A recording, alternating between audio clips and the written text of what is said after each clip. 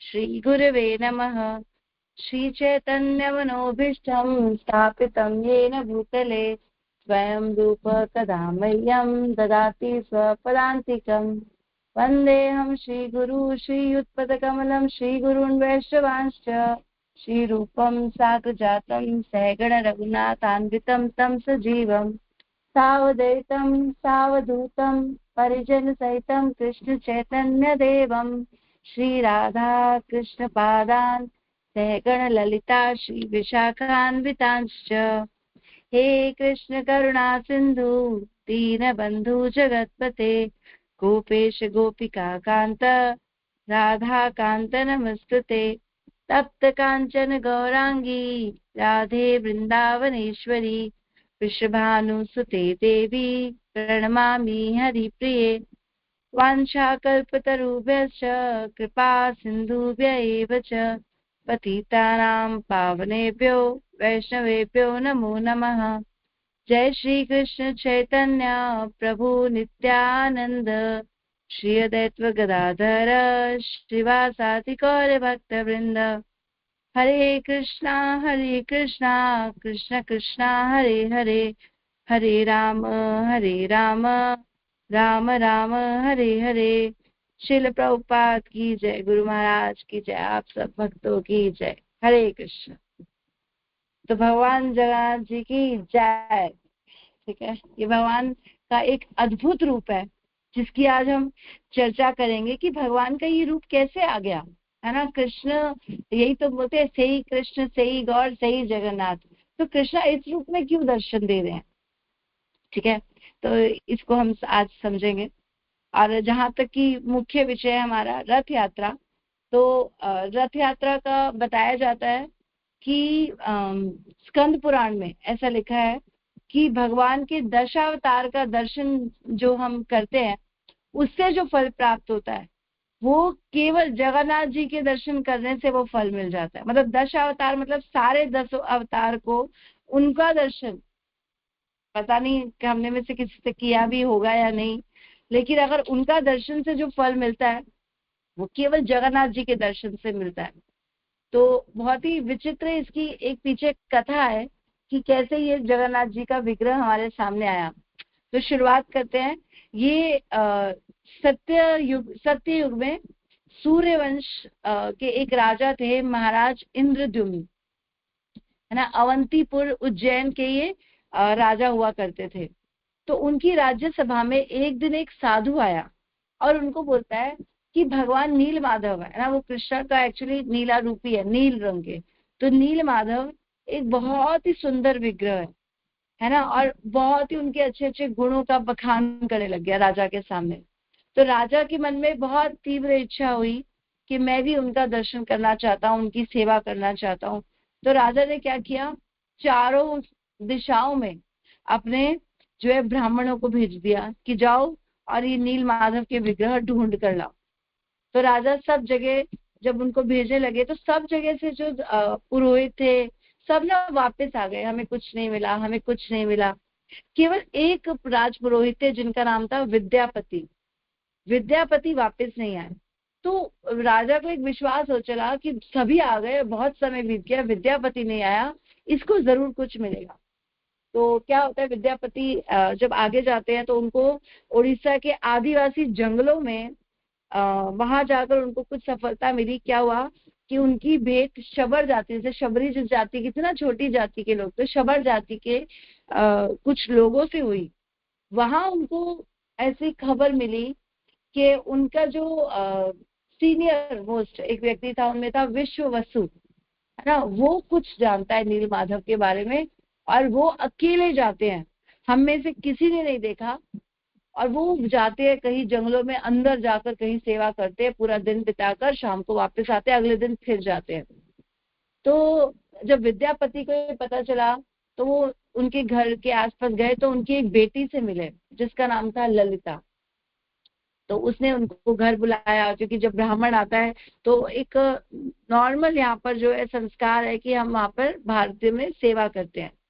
तो उन्होंने क्या किया, उनको अंदर बुलाया, बिठाया और साथ रहे।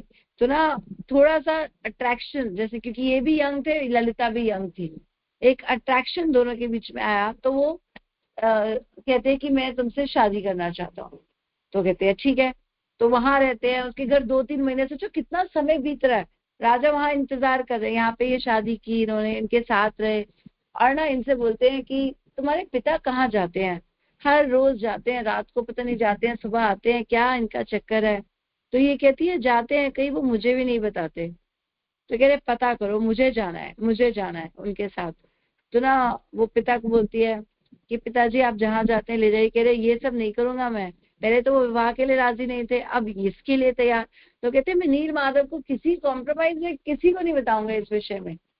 तो क्योंकि बहुत ही जो भक्त सेवा करते हैं ना, कई बार बहुत अट्रैक्ट इतने हो जाते हैं कि मेरे भगवान है, मुझे किसी को नहीं देने।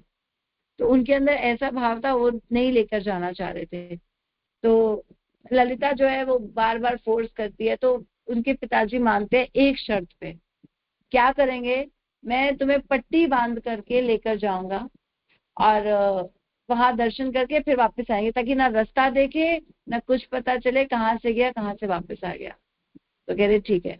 तो इन्होंने क्या किया, विद्यापति ने कुछ सरसों के बीज ले लिए और रास्ते भर में ना डालते हुए चले गए। अब सरसों के बीज जब बाद में बारिश आएगी तो उग जाएंगे और सरसों के बड़े बड़े पेड़ निकल आएंगे। तो उन्होंने पौधे, तो उन्होंने क्या किया, सरसों के बीज डाल दिए और वहां पहुंच गए।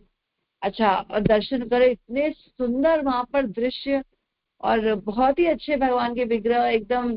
वहां पे पास में नदी बह रही थी, है ना, और फूल माला, और सबसे उनसे भगवान की सेवा की, भगवान के लिए प्रसाद उनको ऑफर किया, सब सेवा करके वो वापस आ गए। अच्छा, अब राजा को जब जब ये वापस आए तो इनके मन में पहली थी कि मैं राजा को बताऊं कि मुझे नील माधव मिल गए हैं। अब राजा के पास जब वो जाते हैं तो ये वापस लेकर आते हैं राजा को। तो ये तो बहुत दुखी हो गए थे कि ये मैंने किसको बता दिया, विश्वसु बहुत ज्यादा परेशान हो गए। लेकिन अब क्या कर सकते हैं, राजा का अगर कोई क्लोज निकट संबंधी कुछ करेगा तो ये अपनी बेटी पे भी नाराज हुए, लेकिन फाइनली कुछ कर नहीं सके। और इसको अपने क्या कहते हैं, राजा इंद्रदुम्न को लेकर वापस उस स्थान पर आए। और वापस आते तो क्या हुआ, वो सरसों के बीच से वो पौधे बन गए, है ना। तो वो पौधे बन गए और बहुत ही आसान रास्ता हो गया, और पौधों के सहारे सहारे राजा तक, राजा को वहां ले गए। लेकिन वहां जाके एक हैरानी हुई, क्योंकि इसको पता चल गया था, इसने विग्रह गायब कर दिए, क्या हुआ कुछ नहीं पता किसी को। वहां से विग्रह गायब हो गए। अब राजा बहुत दुखी हो गए।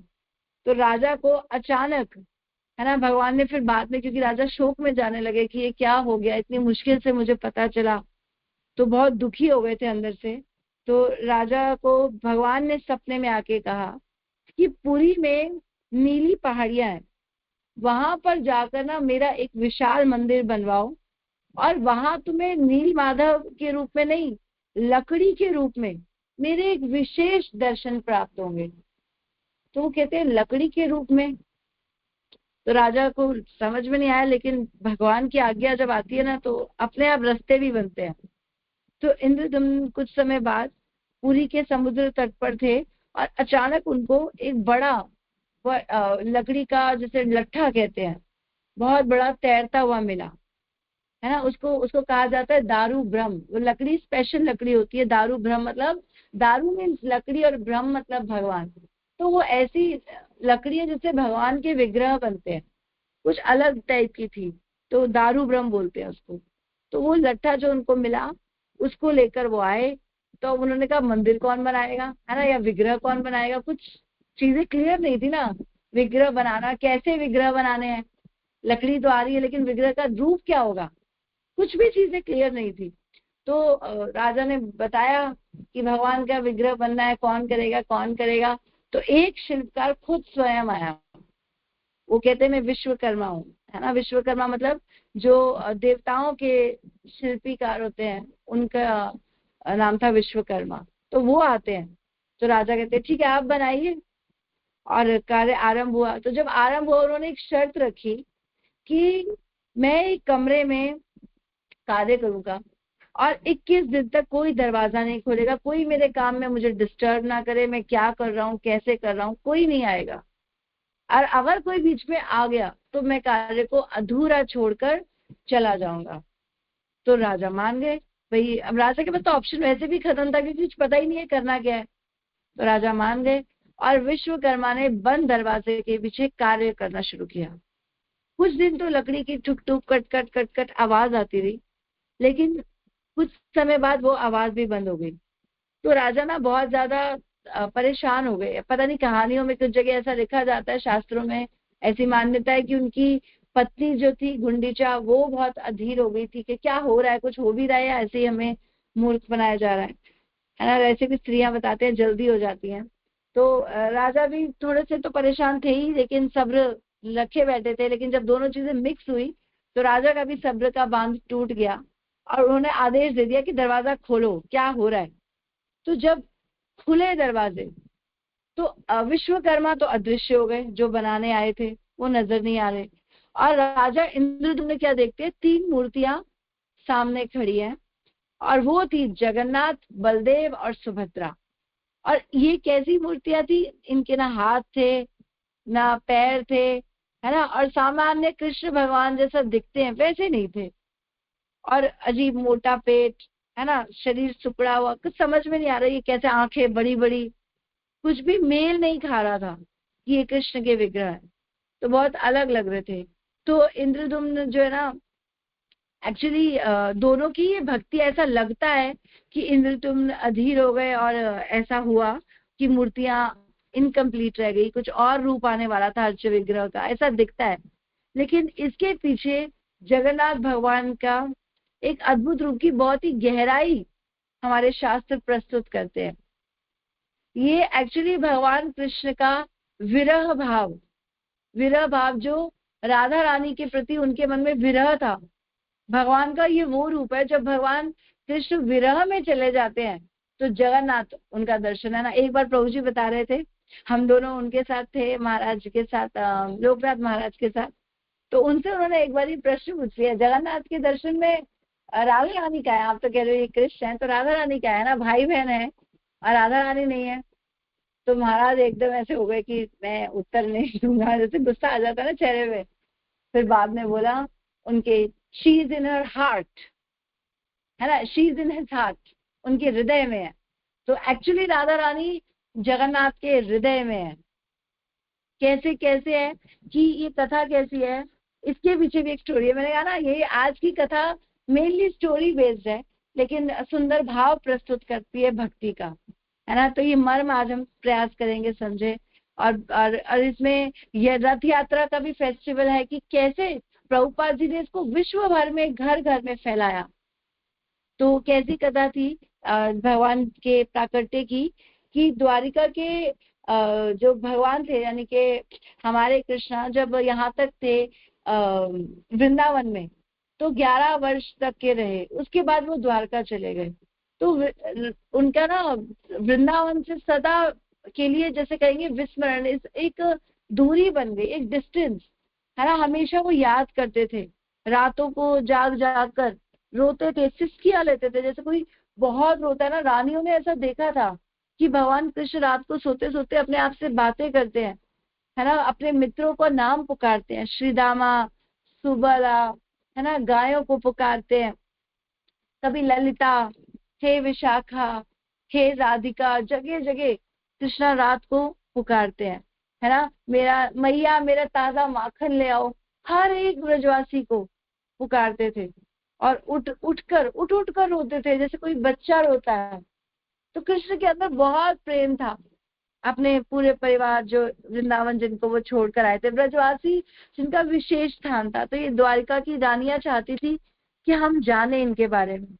तो एकमात्र द्वारिका में रोहिणी ऐसा किरदार थी जो वृंदावन की लीलाओं में कृष्ण के साथ थी, है ना। जब वहां पे भगवान का जन्म हुआ, सब कुछ उन्होंने देखा रोहिणी ने, क्योंकि वो नंद जी के यहाँ पे आ गई थी, है ना। वसुदेव की धर्म पत्नी थी, वहां से वहां उनको ट्रांसफर किया गया था कंस के बचाने से। तो जन्म से लेकर और अब तक, क्योंकि जब वापस आए कृष्ण द्वारिका, रोहिणी भी आ गई। तो रोहिणी को सब पता था कि क्या उनके बीच में ऐसा घनिष्ठ संबंध था, जो वो बहुत मधुर भाव से उसको बताना भी चाहती थी, लेकिन चुप रहती थी। वो कहती थी कि मैं बताऊंगी तुम्हें, लेकिन कृष्ण बलराम के सामने नहीं, क्योंकि ये अगर जानेंगे ना, दोनों सुनेंगे तो इनको भी बहुत दुख होगा। जैसे होता है ना, किसी को पुरानी बातें याद दिलाओ तो कितना मन में आता है, अरे हाँ हाँ, तो ऐसा और विरह उनका बढ़ जाएगा, और मैं उनको दुखी नहीं करना चाहती हूँ। तो उन्होंने कहा मैं ये कथा तुम्हें तब सुनाऊंगी जब कृष्ण बलराम आस पास नहीं होंगे। तो क्या हुआ, एक दिन कृष्ण बलराम कहीं बिजी थे तो द्वारिका की रानियां जो है ना, रोहिणी के पास चली आई कि बताइए, हमें बताइए। तो उन्होंने कहा ठीक है। तो अरेंजमेंट किया, एक रूम में, एक कक्ष में सब गए, इकट्ठे हुए, और सुभद्रा को सेवा दी गई कि तुम्हें क्या करना है, तुम्हें ना गेट पे खड़े रहना है और ध्यान रखना है पहरेदार की तरह कि कृष्ण बलराम ना आ जाए। तो सुभद्रा कहती है ठीक है, मैं ये सेवा दूंगी। लेकिन जब लीलाएं सुनना शुरू हुए, क्योंकि ये बताना शुरू हुई क्या कहते हैं, रोहिणी मैया, तो एकदम कान एक तक सबके उनकी बात पे लगे। इतनी मधुर लीलाएं, भगवान की बचपन की माखन चोरी, और फिर ब्रजवासियों के साथ संबंध, एक लीला दूसरी लीला, वो सुन सुन के पूरी कोशिश करी सुभद्रा ने कि मैं पहरेदारी करूं, लेकिन असफल हो गई अपनी सेवा में। क्योंकि भगवान की कथाएं है ना ऐसी है जो किसी को भी खींच लेंगी। प्रविष्ट कर्ण रुद्रेण सुनाम भाव सरोरुहम सुनोति शमलम कृष्ण सलिल से यथा शरत। क्या बोलते हैं कि भगवान की कथाएं जब कानों से अंदर जाती हैं, प्रविष्ट कर्ण रंध्रेण, इस कानों के रास्ते से जाती है, तो हृदय के अंदर एक अजीब सी है ना हड़बड़ी मच जाती है कि क्या हो रहा है। क्योंकि जब उथल पुथल मचेगी तो सफाई होती है। तो भगवान के बारे में सुनकर उनका हृदय एकदम विदीर्ण हो गया। सब लोग ऐसे एक टकी लगाकर सुनने लगे, है ना। गोपियां तक गुणगान करती थी भगवान की कथाओं का कि भगवान वो लोग तो बहुत ही बड़े सेवक है, जो ये आपका नाम जगह जगह तव कथामृतम तप्त जीवनम कविभिरीडितम कल्मषापहम श्रवणमंगलम श्रीमदाततम भुवि गृह्णन्ति ये भूरिदा जना। क्या बोलती हैं गोपियां कि वो लोग तो बहुत ही क्या कहते हैं, दयावान, इनसे बड़ा दयालु कोई नहीं, जो अपना सब कुछ सर्वस्व त्याग के आपके नाम प्रचार प्रसार आपकी कथाओं को गाने में लगे हैं। आज भी जब हम भगवान की कथाएं या भागवत खोल के बैठते हैं तो कृष्ण सामने ऐसे प्रकट हो जाते हैं कि ऐसे ही थे, है ना। प्रभु जी कल बता रहे थे अपने एक्सपीरियंस में, गीता का 11वां अध्याय पढ़कर खूब रोया, खूब रोया। क्यों? क्योंकि महसूस होते हैं कृष्णा कथाओं के माध्यम से। तो वैसे ही हुआ, तो सब लोगों के लिए सामने कृष्णा, और क्या हुआ, वाकई में कृष्ण बलराम सुभद्रा के साथ वहां प्रकट हो गए। भगवान की कथा जहाँ चल रही हो, भगवान तो स्वयं सुनने आते हैं। तो क्या हो सकता है हम भगवान से छुप कर कथा करेंगे? बिल्कुल भी नहीं हो सकता। तो भगवान वहां प्रकट हो गए। अब सुभद्रा के भी कान ऐसे लगे हुए, उसको भी नहीं पता, और कृष्ण बलराम भी साथ में, उनके भी कान ऐसे लगे थे, तीनों दरवाजे से ऐसे कथा सुन रहे। और एक तरफ क्या कहते हैं, लेफ्ट तरफ खड़े थे बलराम जी, और दाई तरफ लेफ्ट तरफ खड़े हो गए कृष्ण, और राइट तरफ आगे बलराम जी, और सब कथा सुनने हो गए। भगवान भी भाव विभोर और भक्त भी भाव विभोर, और सुनते सुनते भगवान को अपनी कथाएं, देखो भगवान को भी कितना आनंद आता है भक्तों के मुख से सुनने में। इसीलिए हमको कथाएं करते रहना चाहिए भगवान की प्रसन्नता के लिए।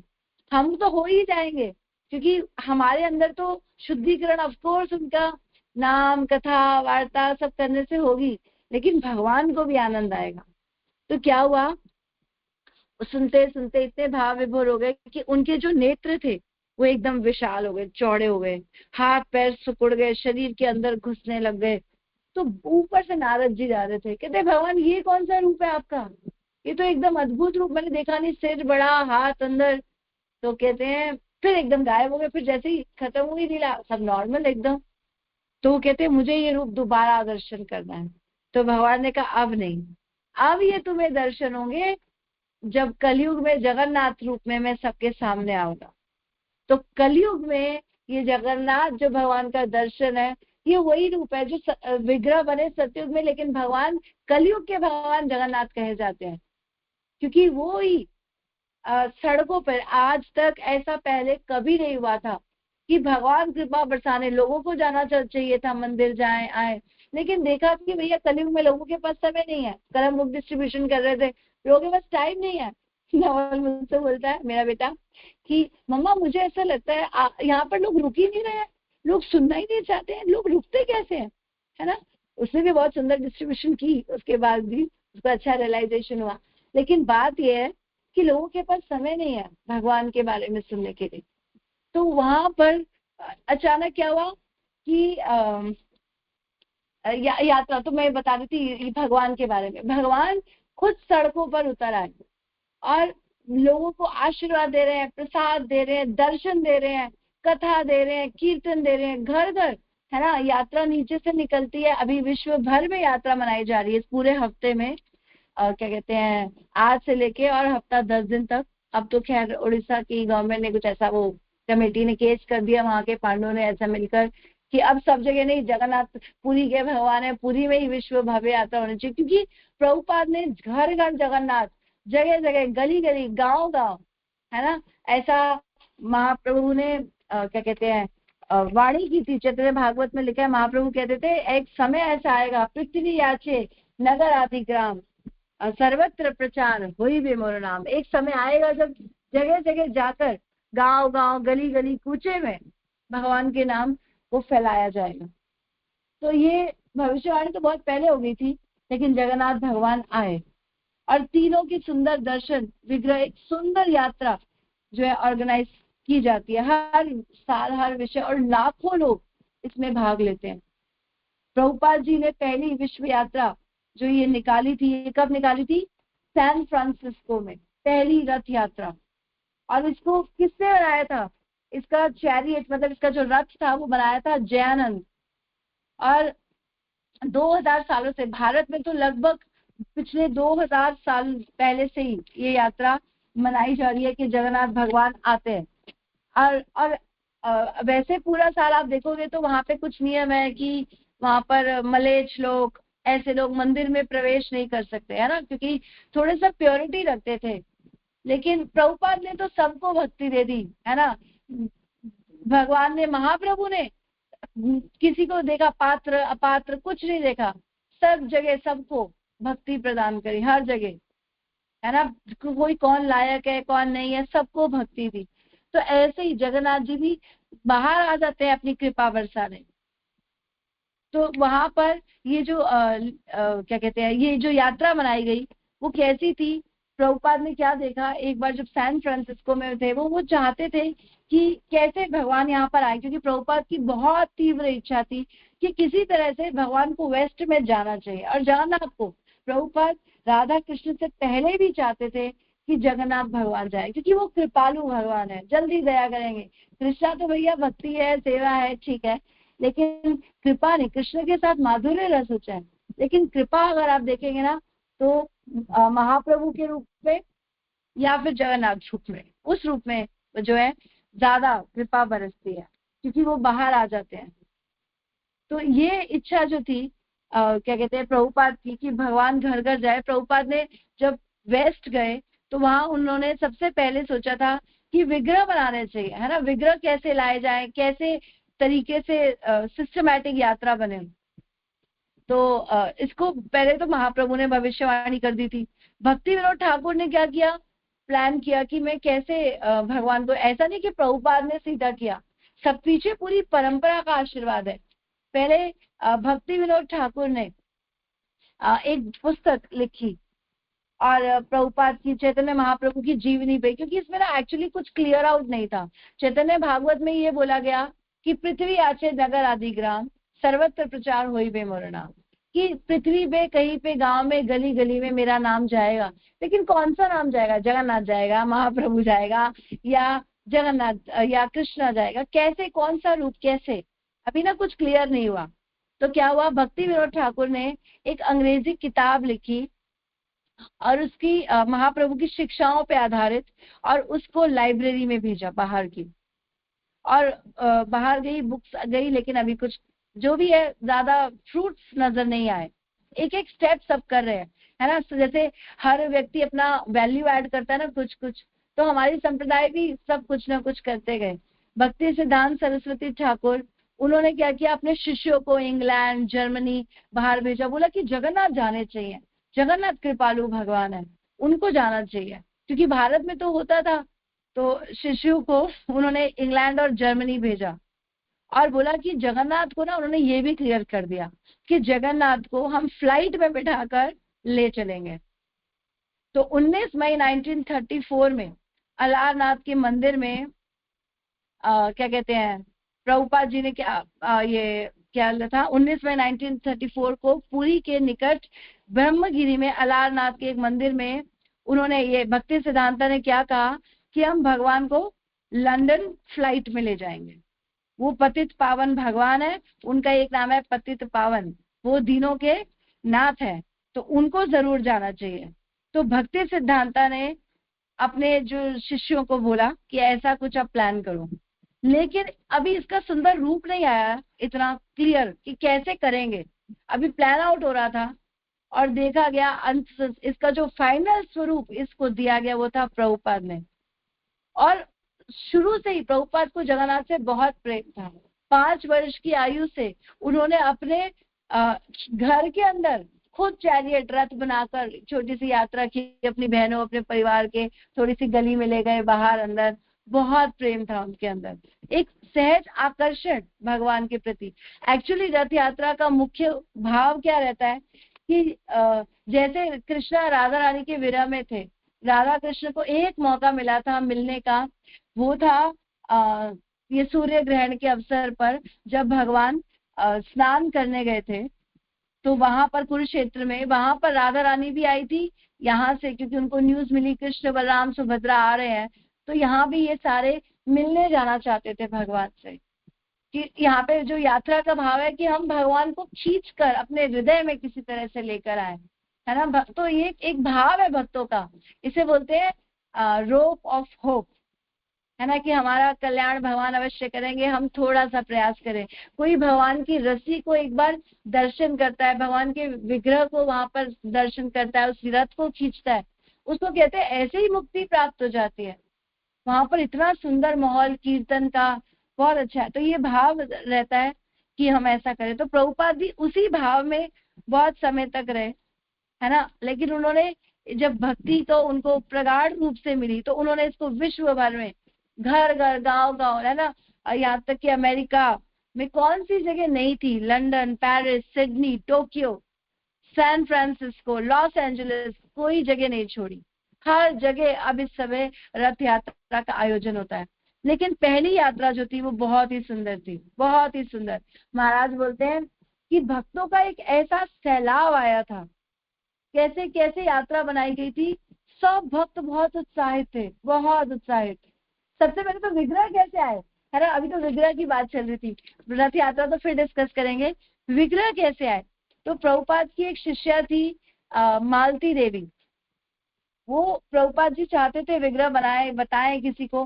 प्रभुपाद के एक शिष्य थे ब्रह्मानंद, उसको प्रभुपाद ने बताया भी कि तुम ऐसा करो, जाओ विग्रह बनवा कर लाओ। और कहाँ से बोला, भगवान की ना एक ड्राइंग कर दी, और प्रभुपाद जी ने अपने एक शिष्य को भेजा ब्रह्मानंद को कि जाओ एक पत्थर रोड के उस पार जहाँ पर वो रहते थे, एक पत्थर की मूर्ति बनाना, पत्थर की दुकान है, मतलब पत्थर बेचने वाला है, बनाना नहीं है, बनाता नहीं है, पत्थर बेचने वाला है, उसके पास जाओ और वो भगवान के विग्रह तुम्हें बनाकर देगा। उससे बोलो मुझे विग्रह बनवाने हैं, ये ड्राइंग ले जाओ। तो ना ब्रह्मानंद को ये बात समझ नहीं आई कि प्रभुपाद जी आज्ञा तो दे रहे हैं, लेकिन ये कैसे होगा, मतलब वो पत्थर बेचने वाला है, वो मूर्ति क्यों बनाएगा, और मूर्ति बनानी क्या है, ये फोटो जो वैसे ही क्लियर नहीं है, और इससे पहले कभी वेस्टर्न वर्ल्ड में कोई विग्रह तो थे ही नहीं। तो विग्रह, उनको तो पता है कि पेंटिंग होती है, उनको तो ये पता ही नहीं कि विग्रह भारत में मूर्तियां बनाकर ऐसे भगवान की मंदिर में पूजा होती है। तो ब्रह्मानंद के लिए तो बहुत ही अजीब टास्क हो गया। लेकिन ऐसे होता है ना, गुरु जब कोई सेवा देते हैं तो शिष्य को एज इट इज स्वीकार करनी चाहिए, तब रिजल्ट आता है। तो ब्रह्मानंद गुरु की आज्ञा पे चल पड़े, उनकी कितनी सुंदर सेवा भाव था। तो वो ग्रेनाइट के पत्थर बना बेचने वाले के पास गए और बोला कि ये मूर्ति बनानी है तो आप बना दो। तो वो कहते हैं ये तो हम नहीं बनाते हैं, असाधारण था, वो मना ही करेगा, है ना। तो वो और वो करता भी क्या था, वो कब्र के पास बेचता था पत्थर। तो प्रभुपाद जी जब उसके पास भेजते हैं तो ये भी हैरान, वो भी हैरान, दोनों हैरान। तो वो कहता है आप जो ये टास्क मुझे दे रहे हो ना, ये भी पॉसिबल नहीं है, क्योंकि पत्थर की तो मूर्तियां नहीं बनती है। हम क्या करते हैं, पत्थर को काटते हैं, वो भी मशीनों से, एक प्रॉपर साइज होता है, हम सिर्फ इसी साइज में काट सकते हैं। हमें ये विग्रह कैसे काटना है, अरे ये तो छेदी और छोटी छोटी नाक, छोटा छोटा मुंह, आंखें, ये सब कैसे बनाएंगे, ये सब थोड़ी होता है। तो उसने मना कर दिया। लेकिन प्रभुपाद जी उसको बार बार बोलते हैं और कि जाओ करना चाहिए, तो वो भी कहता है ठीक है, लेकिन रिजल्ट नहीं आ पाया, कुछ कुछ आया नहीं। तो प्रभुपाद जी चाहते थे अब कुछ तो करना है। देखो ये भक्त की भाव है, प्रभुपाद जी का विजन देखो, एक नहीं तो दूसरा प्लान। ऐसा नहीं कि निराश हो गए, कई बार हमें सेवा मिलती है, हम सोचते हैं ये तो हो नहीं रहा, छोड़ो, खत्म करो, है ना, बुक डिस्ट्रीब्यूशन में बुक तो हो नहीं रही, छोड़ो, आ जाओ। अरे नहीं, लगे रहो, लगे रहो, लगे रहो, कृष्णा आपका उत्साह देखेंगे और मार्ग बनाएंगे, है ना। जब हम करते हैं शुरू में एक दो बुक्स नहीं होती है, हम भी थोड़े से ऐसे हो जाते हैं, अरे कोई सुन नहीं रहा, और एक बुक होती है तो ऐसे उत्साह आ जाता है, अब हो जाएंगे। तो ऐसे ही होता है। तो प्रभुपाद जी उत्साहित भक्त थे और सबके अंदर उत्साह भरते थे, तो उनसे कैसे कार्य नहीं होंगे। तो वहां पर क्या हुआ, उनकी जो शिष्या थी उसका नाम था मालती, वो एक स्टोर में गई अपने लिए कुछ शॉपिंग करने, है ना, cost plus export something from India, ऐसे कुछ सामान वहां आता होगा। तो उस जगह वो वहां पे गई, तो वहां पर देखा छोटा सा 3 इंच के स्टफ टॉय जैसे होते हैं, ऐसे 3 इंच के लकड़ी के थे, कैसे थे वो, छोटे से ले आई वहां पर जगन्नाथ।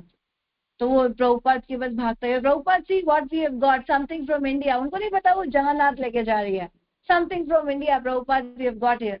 ऐसे प्रभुपाद के पास गई भागकर।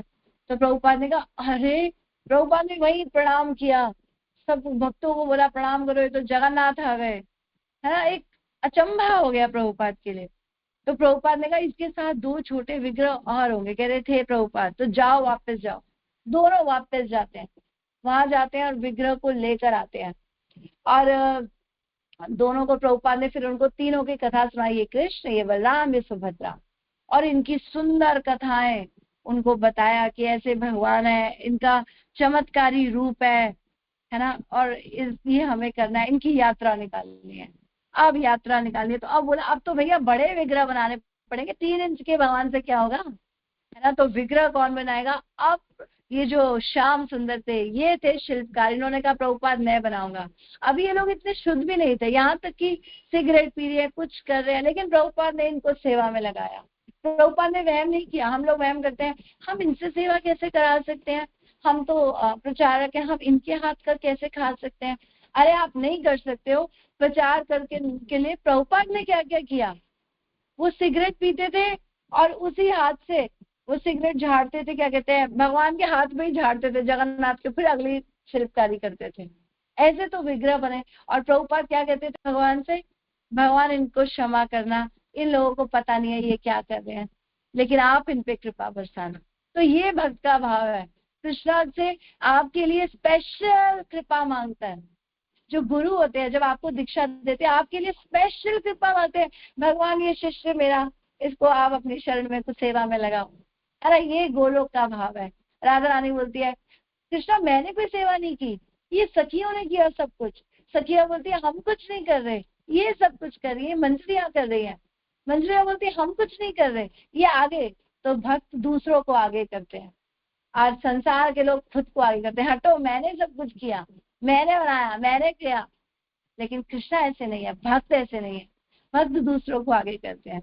तो प्रभुपाद जी ने वे ऐसी ही कृपा बरसाई। प्रभुपाद जी ने नीचे से लोगों को उठाया, खुद उनके स्तर तक गिरे, कैसे वेस्टर्न वर्ल्ड में जाके उनकी टॉयलेट्स की लाइन में लगे। प्रभुपाद ने क्या नहीं किया, प्रभुपाद का सैक्रिफाइस पढ़ोगे, I am sure, I am damn sure everyone is going to cry. Prabhupada ji का लीलामृत पढ़ने वाला है, वो जीवन चरित्र है जिसको उतारना चाहिए। अगर आप कोई सुंदर प्रचारक बनना चाहता है तो प्रभुपाद लीलामृत हमको पढ़ने चाहिए। तो प्रभुपाद जी ने उनको मौका दिया और उन्होंने विग्रह तैयार किए। और 26 मार्च 1967 में फ्रेडरिक स्ट्रीट पर पहली इस्कॉन, जिसे आप मंदिर समझते हो, वो प्राण प्रतिष्ठा हुई एक प्रकार से रथ यात्रा की। रथ यात्रा के माध्यम से पहला कदम जमाया गया, है ना। 1970 में और गाढ़ा गाढ़ा गाढ़ा होता गया, है ना। पहली यात्रा हुई 1967 में, और प्रभुपाद ने सोचा था कि हम कैसे बनाएंगे ये। तो जो क्या कहते हैं, जो रथ बने थे ये आगे के ईयर्स में बने थे। 67 में ऐसा प्लान नहीं था। 67 में क्या हुआ, प्रभुपाद ने नीचे से ट्रक जाते हुए देखे थे, फ्लैट बेड खुले ट्रक। तो कहते हैं इन ट्रक्स पे भगवान को बैठाकर ट्रक खींचेंगे, है ना। ऐसे एक स्केच ड्रॉ कर दिया, ऐसे यात्रा होती है। 4 बड़े बड़े पिलर्स, उसके ऊपर झंडे, घंटियां, माला, ऐसे करके प्रभुपाद ने पूरी ड्राइंग करके दी। ऐसे रथ होता है। कैसे, देखो प्रभुपाद सिखा रहे हैं अपने शिष्यों को। तो फिर क्या किया, एक रेंट पे, श्याम सुंदर एक रेंट पर लेकर आए, सब कुछ चीजें अरेंज की। कैनोपी, ऊपर कैनोपी होती है ना, पिरामिड जैसी, जैसे मंदिर के ऊपर होता है, क्या कहेंगे, टेम्पल जैसा लुक, वैसा तैयार किया गया, है ना। तो जगह जो जयानंद थे उन्होंने क्या किया, क्या अरेंजमेंट्स की, उन्होंने डोनेशन में लोगों से लाओ लाओ भर भर के फ्रूट्स दो, यात्रा में डिस्ट्रीब्यूट करेंगे, तो लोगों से फ्रूट्स लिए, है ना। और क्या किया, सड़कों पे लोगों को ढूंढा, आओ मंदिर सजाना, ये सजानी है यात्रा। साउंड सिस्टम, है ना, पोस्टर्स डिस्ट्रीब्यूट करने हैं कि हमारा स्टोर है, यहाँ पर कथा होती है, सब आइए, है ना। ऐसे भाग भाग के एकदम उनका टायरलेस एफर्ट था, और एकदम उनका एंथुजियाज्म देख के सब लोग बहुत इनकरेज्ड हो गए कि हमें भी जाना है, हमें भी जाना है। इतनी सारी औरतें आ गई, उन्होंने कहा हम प्रसाद बनाएंगे, चपातीज बनी, प्रसाद में डिस्ट्रीब्यूशन में। और भक्तों ने मिलके बलून्स फैलाए कि यात्रा उड़ाएंगे ना यात्रा से पहले, क्योंकि जो वो कर सकते हैं प्रभुपाद ने उनको उनके हिसाब से करने दिया। करो, आप कुछ करो, कैसा भी करो, थोड़ा थोड़ा थोड़ा थोड़ा कुछ तो करो, है ना। कृष्णा को अपने भाव से अर्पण करने का जो है हमें रखना चाहिए भाव। तो उन्होंने क्या किया, उन्होंने बलून्स लिए और कम से कम 100 से ज्यादा बलून्स हवा में रिलीज करे, इकट्ठे करे, और न्यूज़पेपर में एक हेडलाइन बन गई कि Hindu god Krishna on roads, ऐसे करके, Hindu god Krishna on roads. तो वहां की एक चर्चा में चीज आ गई। उस समय जहाँ पे जरा से भक्त होते थे, गिने चुने, वहां 500 लोग पहली बार इकट्ठे हुए, और 2 डजन गाड़ियां, इतने लोग पीछे गाड़ियों में, और इतना प्रभुपाद का हृदय ना भर गया कृष्ण प्रेम से। और फिर क्या हुआ, ऐसे आगे बढ़ता चला गया। ये 67 में, और 69 में थोड़े बड़े कार्ड्स बनाए, 1970 में जाके, है ना, पैर इस्कॉन के वहां थोड़े थोड़े गाढ़े होने लगे। 3 बड़े जो है जगन्नाथ, बलदेव, सुभद्रा, तीनों के अलग अलग रथ बने, बिल बोर्ड्स, पब्लिसिटी हुई, 12,000 लोग इसमें आए। फिर 74 में 20,000 लोग आए, है ना। मैं ऐसा एक आर्टिकल पढ़ रही थी, पढ़ते पढ़ते मुझे लगा ये कितना सुंदर है, मतलब आई कुड रियलाइज क्या वो माहौल रहा होगा, बहुत अच्छा लगा।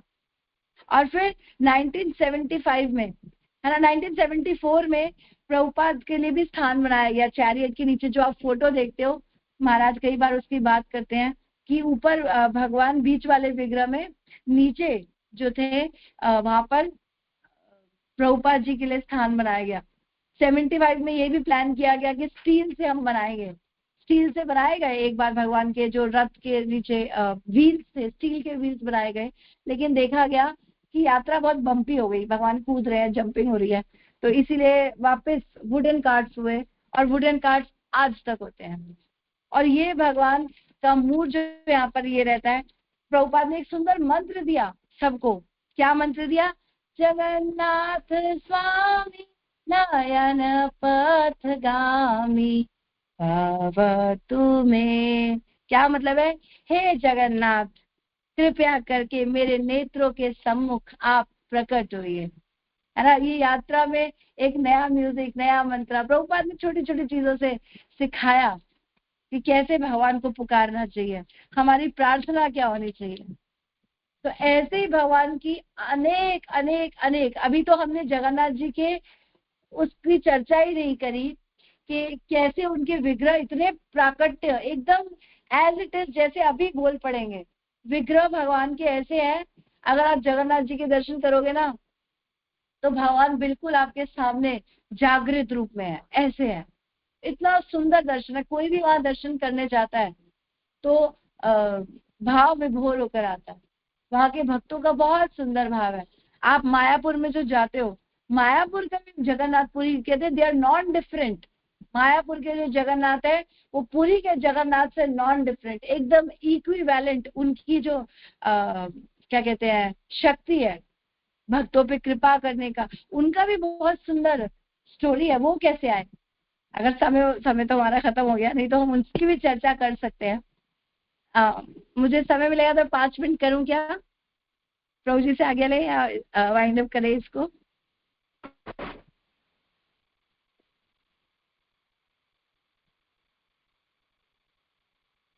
हरे कृष्णा। ओके, ठीक है, सब सुनना चाहते हैं तो हम कंटिन्यू। तो पुरी के जो जगन्नाथ जी हैं वही मायापुर में जो भगवान है सेम है। 500 वर्ष पूर्व जगन्नाथ जी के समय में एक महाप्रभु के समय में एक भक्त हुआ करते थे, जगदीश गांगुली। वो बहुत सुंदर भक्त थे और मायापुर में रहते थे। वो हर साल पुरी की यात्रा अटेंड करने सैकड़ों किलोमीटर पैदल जाते थे। बहुत उनका भाव था जगन्नाथ जी के लिए। तो एक दिन रथ यात्रा से कुछ समय पहले उनको एक अजीब सी बीमारी हो गई कि उनको दिखना बंद होने लग गया, और धीरे धीरे धीरे बिल्कुल ऐसे हो गया कि दिखना ही बंद हो गया। तो महाप्रभु ने और वो बहुत दुखी हो गए कि मैं जाना तो चाहता हूँ किस भी हाल में, चाहे मुझे ना दिखे, लेकिन मैं एटलीस्ट वहां जाके भक्तों से श्रवण कर कर आऊंगा, कुछ विषय में उनके सुन के आऊंगा, पैरों से तो यात्रा कर लूंगा, भगवान का कीर्तन सुनूंगा। तो वो जाना चाहते थे, लेकिन उन जो उनके मित्रगण थे वो मना कर देते हैं, हम आपको नहीं लेके जाएंगे, आपको दिखाई नहीं दे रहा है और ये संकट वाला थोड़ा सा हो जाएगा, एक व्यक्ति जिसको दिखाई नहीं देता, यात्रा मुश्किल हो जाएगी। तो भगवान सपने में आते हैं और बोलते हैं कि तुम गंगा स्नान पे जाओ, वहां एक लकड़ी से तुम्हारा सिर टकराएगा, उस लकड़ी से उस लकड़ी को तुम ले आना, तुम्हारी दृष्टि भी लौट आएगी, और उसको एक गांव में लेकर जाना, एक बढ़ई मिलेगा, उससे जगन्नाथ जी का विग्रह बनवाना। तो वो कहता है ठीक है। अब मैं बड़ा अजीब सा लगा उसको कि ये सपना है, पता नहीं सत्य है। तो वो जल्दी जल्दी स्नान पे जाता है, सब चीजें सेम होती है, लकड़ी आती है, उससे टकराती है, और वो लेकर जाता है विग्रह को एक बढ़ई के पास सामने ही गांव में, और बोलता है, वो व्यक्ति था कोड़ी। अब भगवान ने शब्द में क्या बोला कि वो तुम्हें मना करेगा, वो बनाएगा नहीं, पर ये उसको मनाना तुम्हारा काम है। कृष्णा ने देखो टास्क दे दिया। तो ये बढ़ई के पास जाता है, बोला विग्रह बनाओ। तो वो कहते हैं कि, और ये भी बता दिया कि उसका रोग ठीक हो जाएगा, उसको ये बोल देना उसका रोग ठीक हो जाएगा, लेकिन मनाने का तरीका तुम्हें प्लान करना है, कैसे मनाना है।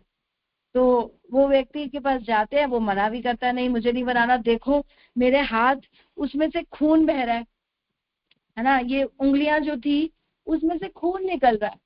तो और जैसे कोड़ होता है विकृत, मतलब टेढ़ी मेढ़ी टूटी हुई कुछ है, कोई उंगलियां ही नहीं है एक तरीके से, तो वहां से मैं विग्रह कैसे बनाऊंगा बिना उंगलियों से। लेकिन वो कहता है कुछ भी करो तुम्हारा कोढ़ ठीक हो जाएगा, तुम करो करो करो। तो वो किसी तरह से उसको राजी करता है सुंदर औजारों से। फिर वो बेचारा बीच बीच में बहुत दर्द में, ऐसे उसकी आंखों से आंसू बह उठे, चेहरा भी अजीब सा हो जाता था कि नहीं बनाना चाह रहा, पर ये भगवान की उसको कथाएं सुनाता था जगन्नाथ जी की।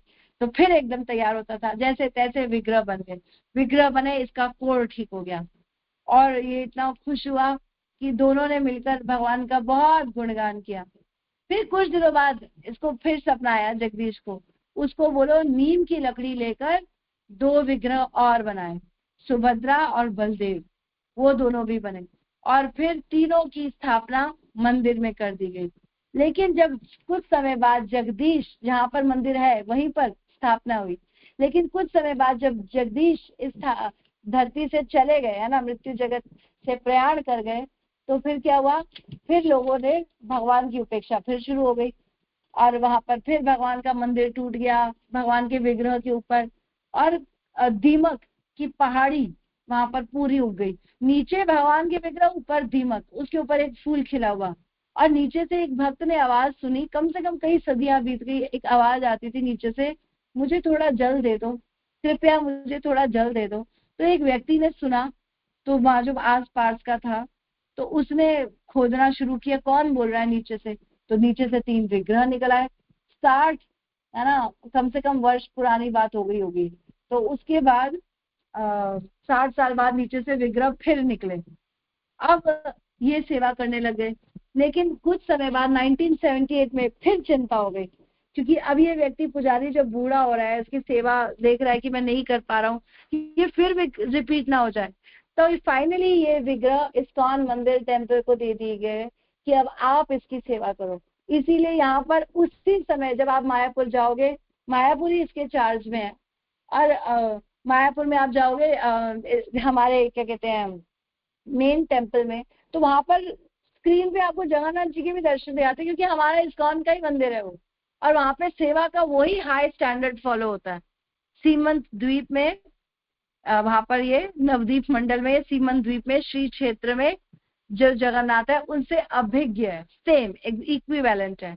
और भगवान सड़कों पे उतर कर जो आते हैं, वो भक्तों को अपना प्रेम, अपना प्रसाद, अपनी कृपा बांटने आते हैं। तो इसीलिए इसको विश्व भर में मनाया जाता है। और हम सबको भी इसमें आज भी यात्रा है बहुत जगह, आपके निकट आसपास बहुत टेम्पल्स में हो रही है, यहाँ पश्चिम बिहार में हो रही है। जहां भी हो सके भक्तों को आना चाहिए और बढ़ चढ़कर पार्टिसिपेट करना चाहिए। ठीक है, आप जिस एरिया में रहते हैं जरूर प्रयास कीजिए और आइए। हरे कृष्णा। तो मैं आज की कथा थोड़ी सी कथाओं वाली थी, लेकिन जितना भी हम मर्म समझ पाए मैंने प्रयास किया मैं आपको बताऊं। बाकी प्रभु जी इसमें ऐड करेंगे तो अच्छा रहेगा, वो और सुंदर बताएंगे। हरे कृष्णा, धन्यवाद, प्रणाम।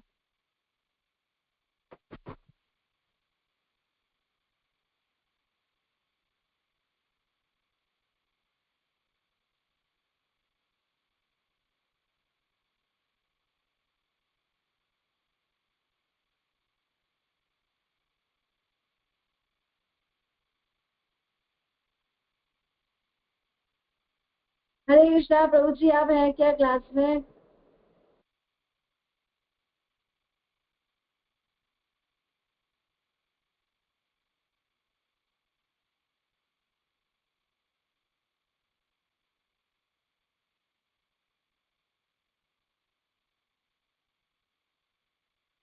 हरे कृष्णा। आई थिंक प्रभु जी कहीं बिजी है आज, कोई बात नहीं। तो किसी का कोई प्रश्न है या एडिशन है तो आज की कथा से रिलेटेड हम कर सकते हैं। हरे कृष्णा।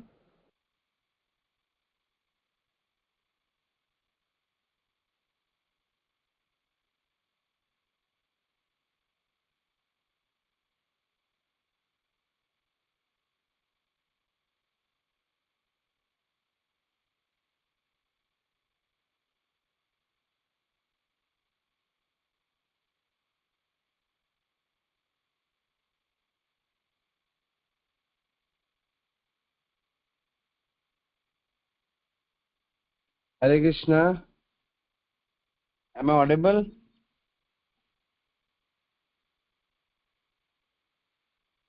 हरे कृष्णा, मेरी आवाज आ हरे रही है? कृष्णा। हाँ जी, आ रही है प्रभु जी, आ रही है। हाँ, तो ये जगन्नाथ जी का कथा बहुत सुंदर है। बट मुझे तो ऐसा अनुभव होता है, जगन्नाथ जी ये जगत के नाथ है ना, तो ये तो सिर्फ उड़ीसा के, इनको जगन्नाथ तो मुख्य के जगन्नाथ बन गए थे। जगन्नाथ लेकिन सिर्फ नाम के, लेकिन काम के जगन्नाथ तो प्रभुपाद जी ने बनाया। इनको पूरे जगत में बता दिया कि जगन्नाथ ही जगत के नाथ है। तो इसलिए प्रभुपाद का गुणगान भी उतना इक्वलेंट होना चाहिए यार, जितना जगन्नाथ जी का। बिकॉज जगन्नाथ जी को जगन्नाथ बनाने वाले, मुझे लगता है ऐसा नहीं है कि जगन्नाथ जी नहीं है, बट उनको फैलाने वाले, उनको बताने वाले प्रभुपाद जी है ना। उन्होंने सब जगह जगन्नाथ जी की यात्रा निकाली और उसका यात्रा का ये फल है आज। तो पूरे जगन्नाथपुरी के जो पांडे लोग हैं और जगन्नाथपुरी की जो मैनेजमेंट है वही डर गई कि जगन्नाथ जी की इतनी यात्रा क्यों निकल रही है, उन्होंने बैन कर दिया। दिस इज सिर्फ एक हफ्ते के लिए अलाउ किया। पहले 365 दिन निकलती थी, आज से 3 साल पहले तक। मुझे लगता है कि इतना पॉपुलर कर दिया कि उनकी पॉपुलैरिटी इतनी ज्यादा बढ़ा दी कि अब रोकना पड़ा। देखा जाए तो प्रभुपाद का गुणगान वास्तव में जगन्नाथ जी का गुणगान है। डायरेक्ट अगर आप जगन्नाथ का गुणगान करो तो शायद उनको इतना आनंद ना आए, लेकिन अगर आप प्रभुपाद का गुणगान करो तो जगन्नाथ जी को बहुत आएगा। और जानवा ने बहुत अच्छा प्रभुपाद जी को इन्वॉल्व किया। प्रभुपाद जी की सैन फ्रांसिस्को की यात्रा, उस यात्रा में बहुत इन्वेंशन होते थे, जैसे इसने एक इन्वेंशन बताया। भक्त लोग देखो, लगता है हमको कि भक्त लोग क्या स्टील के पहिए लगवा रहे हैं ना, जगन्नाथ जी साइड्स में उन्होंने वो करे, क्या कहते हैं, बहुत सुंदर पर्दे किए, बड़ा इन्वेंट किया। लेकिन प्रभुपाद जी ने देखा पर्दों से तो साइड के दर्शन नहीं हो रहे लोगों के, वो हटवा दिए। उन्होंने बोला स्टील के उससे क्या हो रहा है, एक तो रथ भारी हो रहा है और बड़ा स्विंग कर रहा है, हिल रहा है, तो वो भी हटवा दिए। बात ये नहीं है कि ये गलत हो रहा है, करता है तो इन्वेंट करता है कुछ ना कुछ उसको प्रसन्न करने के, स्पिन खिलाता है ना, कभी उसको कुछ खिलाता है, कभी घुमाता है। ऐसे जब भगवान के भक्त भगवान से प्रेम करते हैं तो कुछ ना कुछ इन्वेंट करते हैं। हो सकता है उस आइसक्रीम से पेट खराब हो जाए, लेकिन फिर बाद में बंद कर, लेकिन उस टाइम तो करते हैं। ये सब कुछ किया, और जगन्नाथ जी को इतना, पूरे विश्व में आज जगन्नाथ जी की यात्रा निकल रही है, तो ये पूरे विश्व का जो ये क्या कहते हैं, ये शक्ति, पूरे विश्व की शक्ति पुरी में रहने वाले पांडवों की नहीं है कि पूरे विश्व में वो आज पूरी जगन्नाथ जी की यात्रा निकल रही है। दिल्ली में भी कौन निकालता था आज से 40 साल पहले, किसी को पता ही नहीं था, मतलब निकालना तो दूर की बात है, किसी को पता भी नहीं था जगन्नाथ जी कृष्ण है। मेरे को लगता है अभी भी नहीं पता लोगों को, जो इस्कॉन से नहीं जुड़े, ऑनेस्टली नहीं पता, लोग जानते ही नहीं है, लोग महाप्रभु को नहीं जानते। तो महाप्रभु जगन्नाथ जी इतने पॉपुलर हुए कैसे? प्रभुपाद, तो इसलिए प्रभुपाद का गुणगान भी इक्वली उतना ही इम्पोर्टेंट है जितना जगन्नाथ जी का। तो इसलिए हम लोगों को प्रभुपाद जी की हम पे ऋण है, तो ऋण के रूप में जगन्नाथ जी है, तो इनके बारे में समझ होनी चाहिए, तो प्रभुपाद जी के बारे में समझ होनी चाहिए, गुरु के बारे में समझ होनी चाहिए। वरना थोड़ी, और चैतन्य महाप्रभु केवल बंगाल तक सीमित है, इनकी तो भक्त ही भगवान को सीमित करता है, भगवान सीमित है, भगवान अपने भक्तों के हृदय में सीमित रहे, भगवान को सीमित रहने में बहुत आनंद आता है, लेकिन भक्त को भगवान को सीमित करने में आनंद आता है। तो इट्स इक्वलेंट, प्रपात गुणगान एंड जगन्नाथ गुणगान। हरे कृष्ण।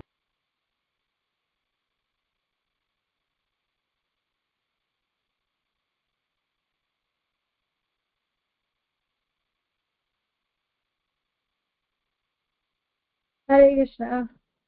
तो प्रभु जी ने बहुत सुंदर एडिशन किया, बहुत बहुत धन्यवाद उनका। आज मुझे लगा बहुत भाव में बोल रहे हैं। ठीक है, बहुत अच्छा उन्होंने बोला। हरे कृष्णा। तो कोई प्रश्न है? यहाँ पर चैट में एक प्रश्न है, इसको ले लेते हैं। यहाँ पर ऊपर पूछा गया है कि सुभद्रा जगन्नाथ बलदेव के रथ के नाम बताइए। रथ के नाम मैंने अभी देखा, यहाँ पर सुभद्रा महारानी के रथ का नाम है दर्प दलन, और जगन्नाथ जी के रथ का नाम है नंदी घोष या गरुड़ ध्वज बोलते हैं।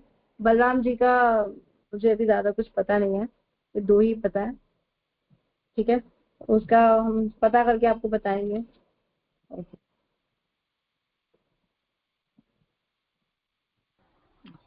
हरे कृष्णा माता जी, दोनों प्रणाम। अपना सुंदर हरे कथा कृष्णा। बताई माता जी। ये मैंने सुना था कि जैसे ये 3 रथों का ना कुछ अलग अलग वेट इनका ना, कुछ 50 टन और एक 55 टन, एक 50 टन, एक 60 टन, ऐसे जगन्नाथ बलदेव सुभद्रा के। और जिनके रथ तैयार होते हैं इसमें कोई कील का यूज नहीं होता, और प्लस ये लकड़ी जो है वो किचन में काम आती है, लगभग 9 महीने चलती है उसमें। और दूसरा माता जी, वहाँ पर आलू, टमाटर और गेहूं यानी आटा वो यूज नहीं होता आज भी। कहते ये बाहर का बीज है, ये वहाँ नहीं होता। तो माता जी थोड़ा सा प्रकाश डालेंगे ये क्या, थोड़ा सा कुछ थोड़ा डिटेल में बताएंगे प्लीज। हरे कृष्ण। प्रभु जी, इस प्रश्न को आप ले लीजिए प्लीज।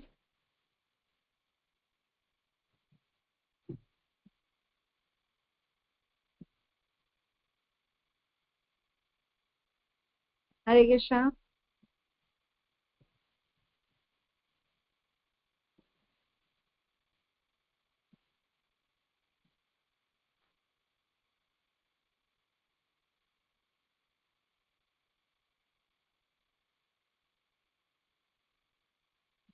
हाँ प्रभु जी, मेरे को लगता है प्रभु जी कहीं बिजी अभी आ जाएंगे।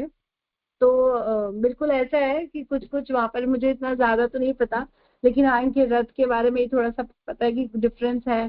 जैसे जगन्नाथ जी के रथ में 18 पहिए हैं, बलराम जी के रथ में सॉरी 16 पहिए, बलराम जगन्नाथ जी के 18 है, बलराम जी के 16 है और सुभद्रा महारानी के 14 है। ये फर्क है, कुछ साइजेस में फर्क है ना। एक्चुअली भगवान को थोड़ा और बड़ा इस तरह से दिखाने के लिए तीनों रथ में सबसे पीछे रहते हैं जगन्नाथ जी, बीच में सुभद्रा मैया, आगे बलराम, ऐसे ही निकाला जाता है। तो ज्यादा तो मुझे नहीं पता, ये बीच बीच की स्टोरी प्रभु जी को ज्यादा अच्छे से पता होगी, आलू और ये सब क्यों नहीं इस्तेमाल होता। किसी और को पता है तो प्लीज बता सकते हैं यहाँ पर। हरे कृष्णा। महाराज जी हरे कृष्ण, धन्यवाद, प्रणाम। वो मतलब तालध्वज हो जाए, जो बलदेव जी का जो रथ है उसका नाम है तालध्वज। नंदी घोष हो गया जगन्नाथ जी का, और इनका हो गया जो तालध्वज, तो बलदेव जी का रथ के नाम। धन्यवाद। हरे धन्यवाद। कृष्ण। धन्यवाद।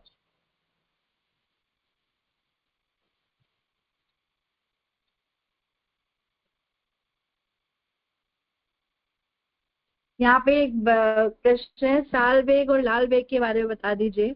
तो एक्चुअली ये साल बेग जो थे ये मुस्लिम वॉरियर थे और इनके पिता थे लाल बेग। हाँ, वो थे। तो ये लोग साल बेग ने क्या बोला, अपने ही बेटे को बोला कि इसको लाल बेग ने अपने बेटे साल बेग को बोला कि ये मंदिर को और ये रथ को, इसको सबको खत्म कर दो। लेकिन क्या हुआ कि ये खुद ही भगवान का एक बहुत सुंदर भक्त बन गया। तो वो पूरी कथा है, वो डिटेल में अलग से कभी पूरा पढ़कर आपको ठीक से बता पाएंगे, लेकिन ये नटशेल है कि वो खुद ही भगवान का भक्त बन गया, बहुत सुंदर जगन्नाथ जी का। जगन्नाथ जी ऐसे ही है, जिसको भी टच करते हैं ना उसको भक्ति दे देते हैं। वहां पर अगर आप मायापुर जाओगे ना, मायापुर में भगवान के स्टोरी बुक्स मिलती है जो वहां के भगवान की कमाल है। मतलब वहां पे एक मुस्लिम आता था, वहां पर मंदिर के बाहर टॉयलेट करता था, उसे कई बार लोगों ने रोका, ऐसा मत करो, ये मंदिर ऐसा मत करो, वो नहीं मानता था। तो फाइनली भगवान ने उसको अंधा कर दिया, फिर वो आया सॉरी मांगने, भगवान के आगे प्रणाम किया, फिर उसको वापस रोशनी दे दी। तो भगवान ने जादू करके दिखाया कमाल। तो जगन्नाथ जी बहुत जागृत विग्रह है, बहुत जल्दी हमको रिप्लाई करते हैं, तो उनकी सेवा भी वैसे ही भाव से होनी चाहिए। हरे कृष्ण।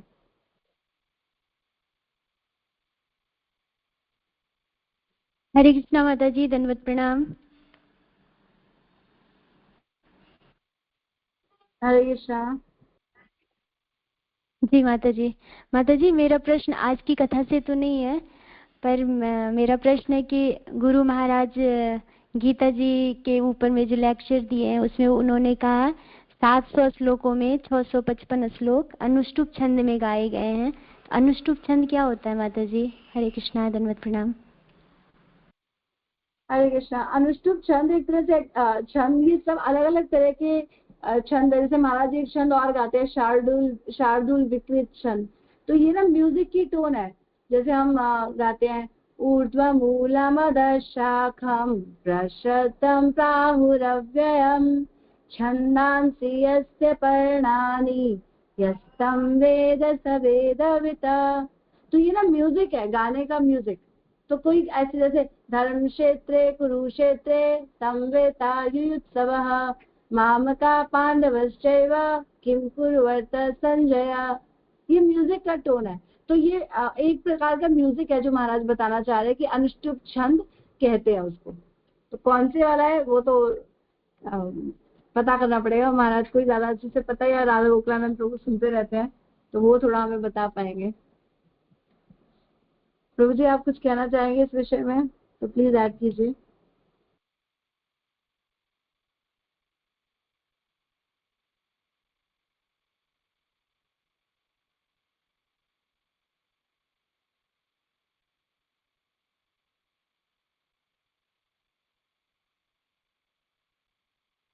ओके, आई थिंक आज प्रभु जी भी नहीं है, कोई बात नहीं, वो भी ट्रैवलिंग कर रहे थे, तो फिर कभी पूछेंगे माता जी।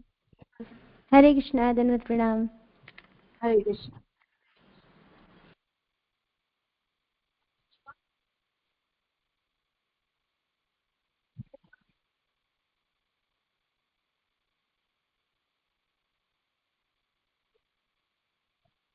हरे कृष्णा। या मानवता पूछ रहे हैं कि how to be consistent in भक्ति।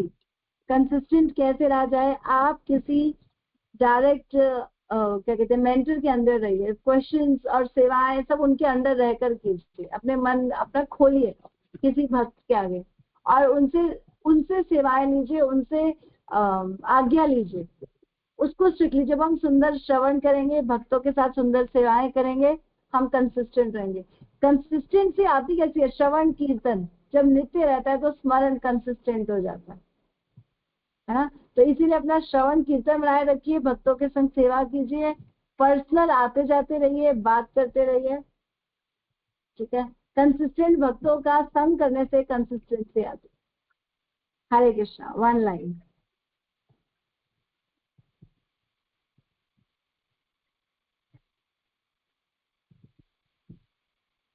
और कोई प्रश्न है?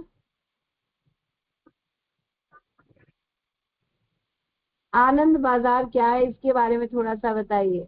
आनंद बाजार मंदिर के मेन टेम्पल के अंदर एक बाजार है जहाँ पर बहुत सुंदर महाप्रसाद मिलता है जगन्नाथ जी का। वहां से लोग लेकर जाते हैं, घर के लिए लेकर आते हैं। चावल मिलते हैं वहाँ कच्चे, जिसको हम यहाँ प्रसाद की तरह, जिससे हम एकादशी का पारण करते हैं, वो लेकर आने चाहिए। और वहाँ पर बहुत टेस्टी प्रसाद मिलता है। जगन्नाथ जी का जो प्रसाद पा सकता है ना, उसके ऊपर वैसे ही इतनी कृपा हो जाएगी, इतना सुंदर वहाँ का प्रसाद होता है।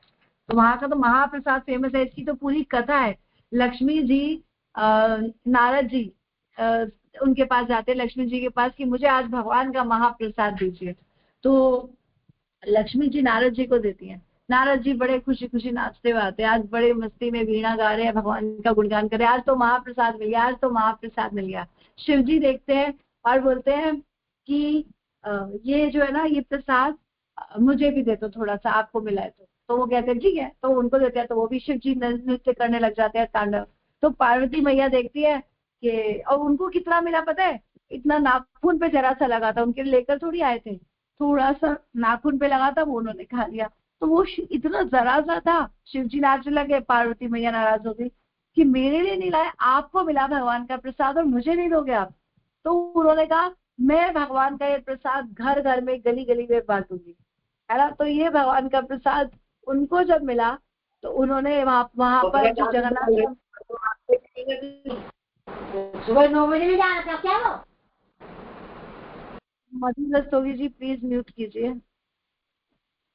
तो वहां पर फिर वो प्रसाद जो है जगन्नाथ टेम्पल में जो भोग लगता है, उसके बाद वो वहाँ सामने ही वहां विग्रह पार्वती मैया का, उनका दूसरा नाम है कुछ, क्या कहते हैं टेम्पल में, अलग नाम है, वहां पे उनको सर्व होता है। उसके बाद वो सब में बंटता है। तो वो है आनंद बाजार, जहाँ वो प्रसाद बंटता है। हाँ, विमला देवी, राइट, विमला देवी, विमला देवी वही है। हरे कृष्ण।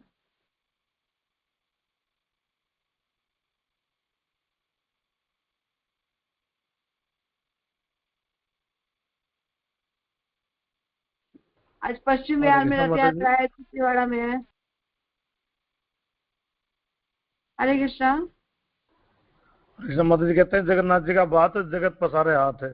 और कुछ वैसा भी सुना था मैंने कि जगन्नाथपुरी में अगर किसी की शादी होती है तो कहते हैं बरातियों का जो है ना, वो प्रसाद खाना भोजन जो है वो टेम्पल से जाता है, चाहे कितने भी बराती क्यों ना हो। कुछ ऐसी थोड़ी सी प्रथा है वहाँ की। धन्यवाद प्रभु जी, आपने बताया। तो बहुत ही सुंदर वहाँ पे प्रसाद मिलता है। वहाँ जगन्नाथपुरी में आनंद बाजार बहुत बड़ा बाजार है, बहुत प्रसाद है, हर किसी को वहाँ प्रसाद मिल जाता है। ठीक है। हरे कृष्ण।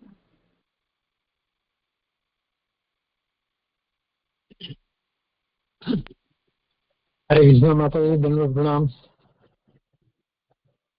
हरे कृष्णा। हरे कृष्णा। हाँ जी माता जी, मैंने जो भगवत दर्शन मासिक पत्रिका आती है उसमें भगवान जगन्नाथ जी की कथा पढ़ी थी।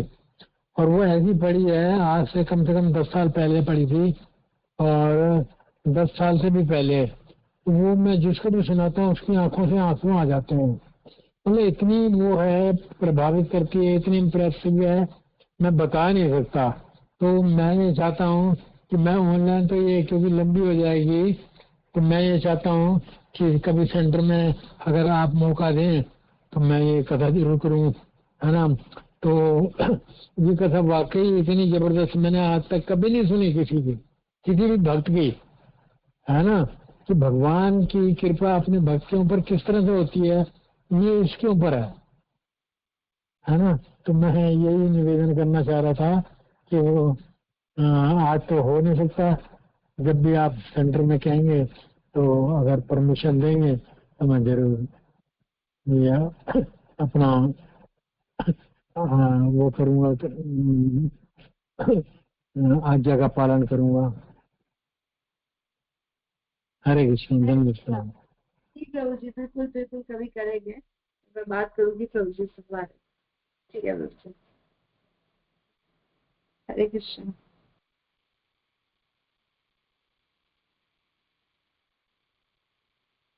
हरे कृष्णा, दंडवत प्रणाम माता जी। हरे कृष्णा, दंडवत प्रणाम।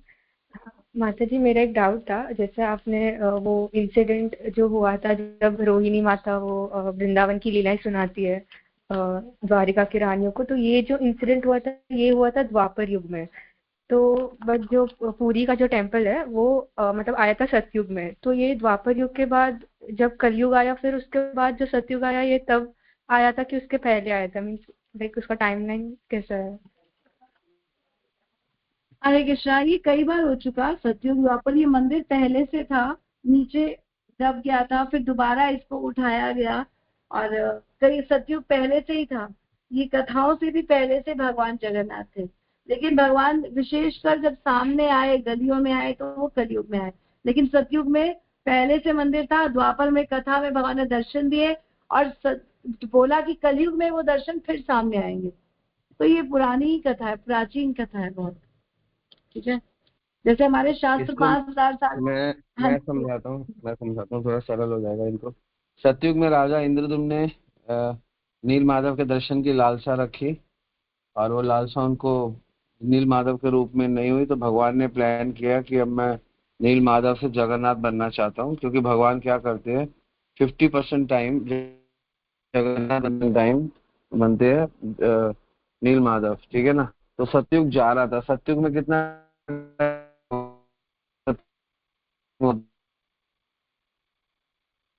43 लाख में 18, और फिर 12, 30 और 4, 34, और उसके 1-2 साल कुछ बचे थे। तो मतलब 50% नील माधव को रहना था और 50% जगन्नाथ को। तो फिर ये इनफैक्ट लोग तो कहते हैं, ये जानवर, हम लोग तो कह रहे हैं त्रेता में भी जगन्नाथ जी थे, द्वापर में तो छोड़ो, त्रेता में भी थे।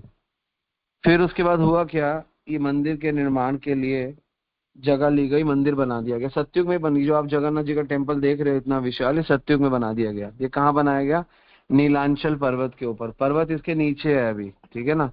फिर जैसे जैसे समय बीतता गया तो राजा को गाइड किया, उनके क्या कहते हैं क्या नाम था उनका, गाइड किया कि हम ब्रह्मा जी से इसका अभिषेक कराएंगे मंदिर का।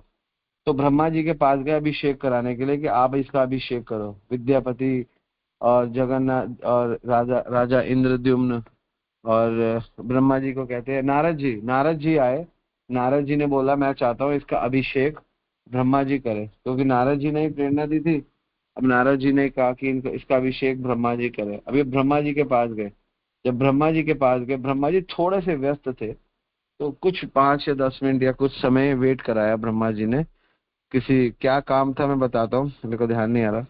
तो वेट किया, तो वेट करके ब्रह्मा जी को बोला, ब्रह्मा जी कुछ कन्वर्सेशन, अब किसी को आप बात करोगे तो कन्वर्सेशन होगी। तो कुछ समय ब्रह्मा जी से कन्वर्सेशन में ब्रह्मा जी ने कहा तो बहुत अच्छी बात है, मैं खुद आऊंगा भगवान का अभिषेक करने। तो जब ब्रह्मा जी, नारद जी, राजा इंद्रद्युम्न नीचे आए और ये ब्रह्मलोक में गए थे। ब्रह्मलोक के कुछ क्षण यहाँ पे कुछ काल में बीत जाते हैं, कुछ युगों में बीत जाते हैं, क्योंकि ब्रह्मा जी का एक दिन एक चतुर्युग के बराबर है, कितना ज्यादा है ना। तो इसमें काफी दिन बीत गए, तो नीचे आए तो कलयुग शुरू हो गया था। तो कलयुग में राजा गाला एक नाम के राजा थे। तो उनको बोला कि नारद जी, क्योंकि कलयुग में तो लोग कंटामिनेट थे, लेकिन ये कलयुग जो शुरू हुआ था आज से 2000 से तो रथ यात्रा हो ही रही है। 5000 साल कलयुग को हुआ है, और पहले 1000 साल छोड़ के ये लगभग 1100-1200 साल अगर हम देखें, 5000 साल से 4-4.5 साल पहले ब्रह्मा जी, नारद जी और राजा इंद्र नीचे आए और उस क्षेत्र में आए। तो वहां पे राजा गाला नाम का एक राजा था, वो शासन कर रहा था। तो राजा गाला ने, और इससे पहले जो आपने स्टोरी पूरी की द्वापर में नहीं, त्रेता में भी थे भगवान, ठीक है ना, लेकिन वो कुछ कुछ लोगों को दर्शन देते थे छुपे। मैंने बोला ना जगन्नाथ जी सीमित थे और आज भी सीमित ही थे। भगवान हमेशा सीमित रहते हैं, इसलिए भगवान पहले सीमित क्यों रहते हैं, अपने आप को देवी देवताओं से घेर लेते, चलो उनकी भक्ति कर लो, निरंकार से घेर लेते, उसकी भक्ति कर लो। और कुछ शुद्ध भक्तों के अंदर सीमित भक्त पकड़ते हैं भगवान, प्रभुपाद जी को पकड़ लियो। और भक्त की ड्यूटी बनती है भगवान को असीमित करना। वो भक्त नहीं है जो भगवान को असीमित करे ना, और वो भगवान नहीं है जो अपने को सीमित करे ना। तो ये दोनों की एक गुण है। भगवान अपने आप को बहुत कम कर देते हैं, सबके लिए नहीं है। और भक्त भगवान के लिए है, शुद्ध भक्त जिसके हृदय में भगवान है सीमित, वो उस सीमित भगवान को असीमित करता है, सीमाएं खोलता है। यही भक्त के क्या चाहिए। भक्त को एक गुण, अगर आपसे पूछे भक्ति है, अब आप बड़े भक्त हो, क्या गुण होना चाहिए? भक्त के अंदर एक गुण होना चाहिए, गुरु को और भगवान को सीमित कर दे, बस ये भक्त का गुण होना चाहिए, सीमित ना करे। जो व्यक्ति सीमित करते, जैसे कई है ना नाम दान देते हैं, सीमित करते हैं। हमारे यहाँ नाम होता है राधा स्वामी, नाम देते हैं हमारे तक, इसका मतलब सीमित कर रहे हो। भगवान को भक्त कभी सीमित करेगा ही नहीं, भगवान अपने आप को सीमित करते। तो फिर जगन्नाथ जी धरातल पर आए और उनका अभिषेक करना चाहा ब्रह्मा जी ने, लेकिन मंदिर चाहिए। मंदिर तो बनवा के गए थे, मंदिर पहले ही बनवा दिया था, भगवान आ गए। अब अभिषेक की बात कर रहे हैं, भगवान भी बन चुके हैं, भगवान को मंदिर में भी रख दिया तय खाने के अंदर छुपा के, लेकिन नीचे आए तो लाखों साल बीत गए। सतयुग से त्रेता चला गया, द्वापर चला गया, कलयुग आ गया।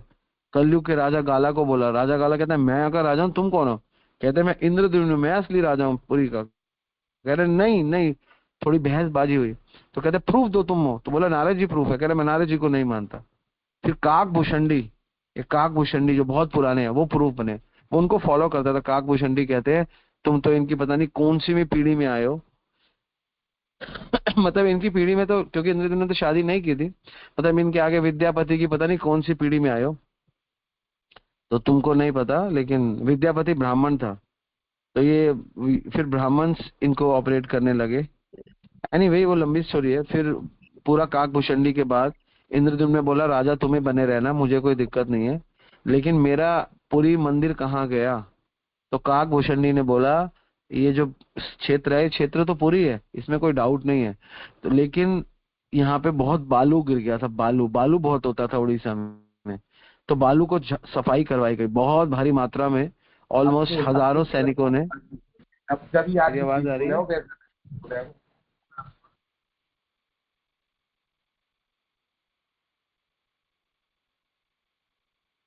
मेरी आवाज आ रही है? हाँ जी आ रही है आपकी आवाज। तो बालू को हटाया गया। जब बालू को हटाया गया तो राजा गाला ने भी हटाया चेक करने के लिए, उसकी पूरी सेना लगी, प्रजा लगी, पूरी क्षेत्र लग गया।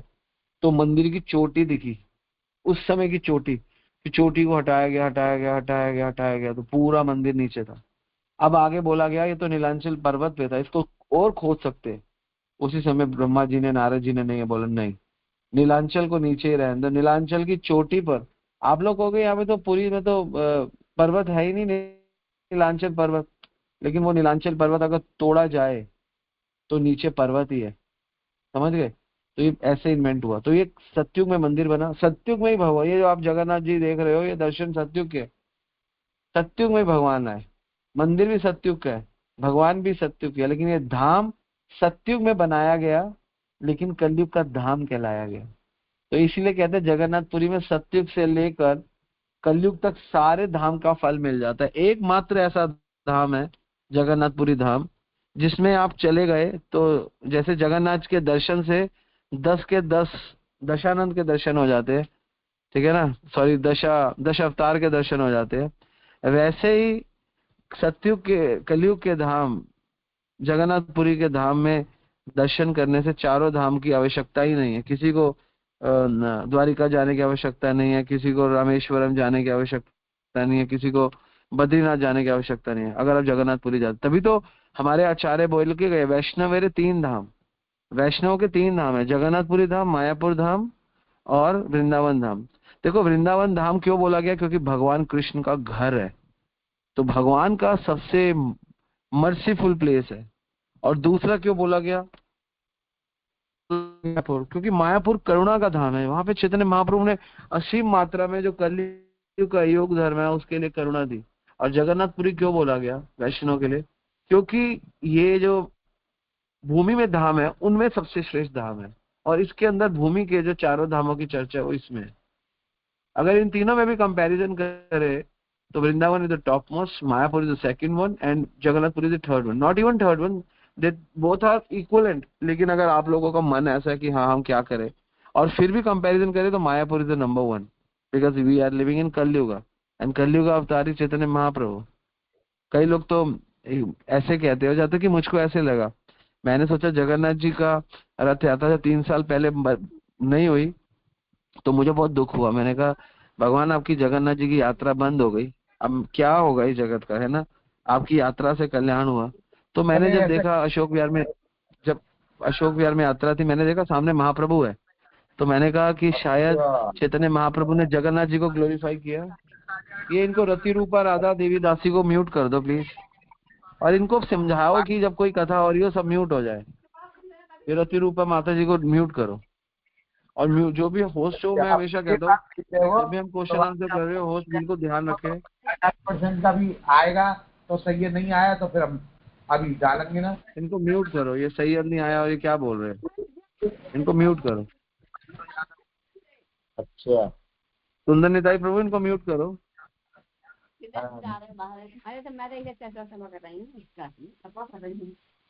और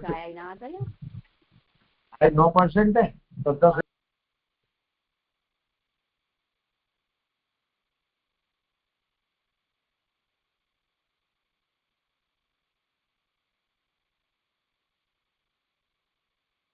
हरे कृष्णा।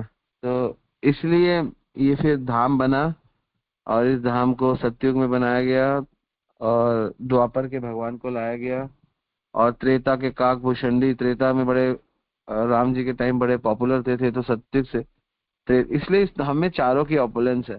सतयुग में तो इंद्रद्युम्न ने धाम बनाया और जो प्रूफ था वो काकभूषणी त्रेता, भगवान कृष्ण द्वापर एंड धाम इन कलयुगा।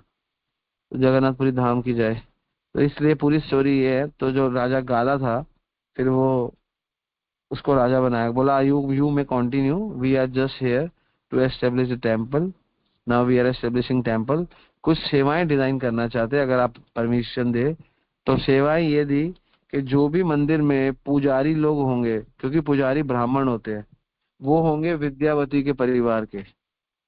विद्याधर, क्या नाम था, क्या नाम था उसका ब्राह्मण का, विद्यापति, आई थिंक विद्यापति के जो कुल से होंगे वो सारे के सारे कौन होंगे, वो ब्राह्मण होंगे, क्योंकि विद्यापति ब्राह्मण था। और जो भगवान के ब्राह्मण होंगे वो होंगे, और जो भगवान की सेवक होंगे, क्योंकि भगवान की सेवा की बहुत चाहिए, भगवान की सेवा के लिए बहुत चाहिए, वो बोला गया था कि वो क्या कहते हैं वहां के होंगे। जो विद्यापति ने ललिता शबर जाति की थी, तो जो पहले वाले से जो ब्राह्मण से जो बच्चे होंगे, जो ब्राह्मणी से, वो तो सारे पांडा होंगे, ठीक है ना, वो पांडा से।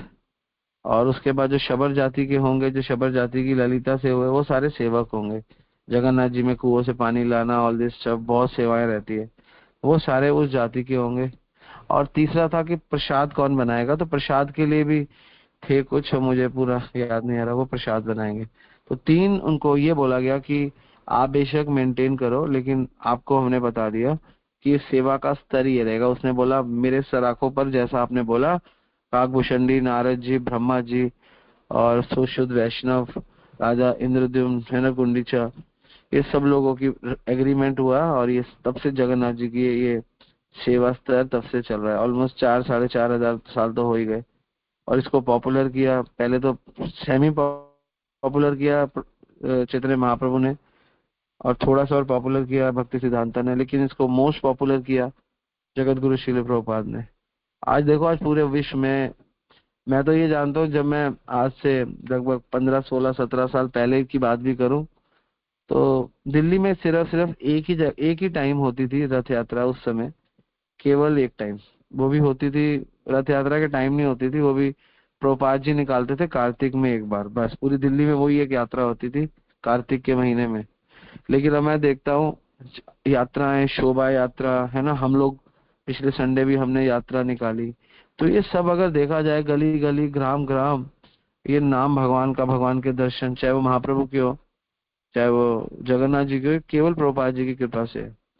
और जब मैंने देखा कि, मैं बता रहा था, मैं भूल गया, जब मैंने देखा कि रथ पे 3 साल पहले अशोक विहार में यात्रा थी, लेकिन उस यात्रा को अचानक चेंज कर दिया कि जगन्नाथ जी की जगह गौरनीत है, क्योंकि जगन्नाथ यात्रा ही थी।